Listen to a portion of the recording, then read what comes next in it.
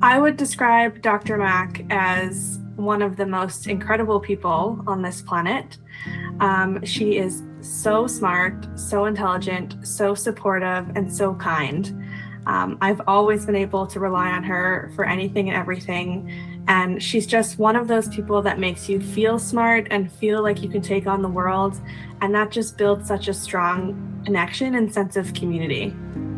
Amy has become an emerging expert on social media ethnography. She is now called upon to provide expertise on online extremism.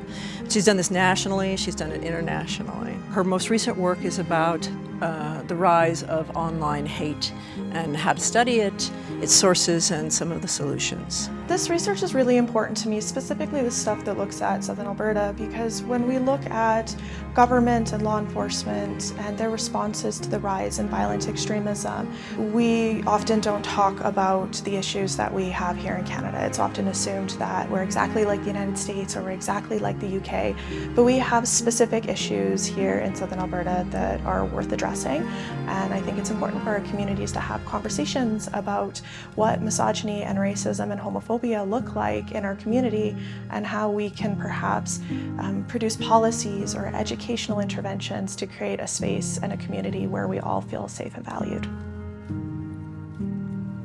Amy is a Young Alumni of the Year. She's just getting started, but she's already made a huge impact. One of the things I think we don't talk about enough is bravery. And what really distinguishes Amy is her bravery, her courage in taking on topics that most of us would like to avoid. And she's doing that with commitment, with integrity, with care. Because my research can be quite dark and can be quite traumatizing, I actually have been struggling to look for inspiration.